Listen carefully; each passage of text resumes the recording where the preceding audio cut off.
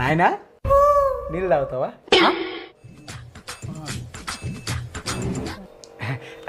నాయనా అరటిపండు కూడా తిను, మెల్లి తిరిగింది.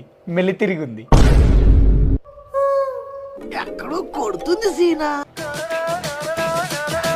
నాన్నగారు టీ తాగండి, సాయంకాలం అయింది.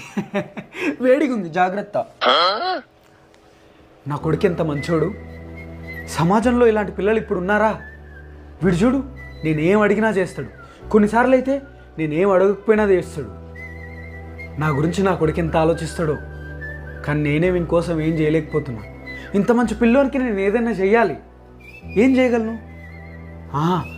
పోయిన నెల వీడు గోవాకు పోనికే పైసలు అడిగిండు కదా, నేను ఇయ్యలేదు.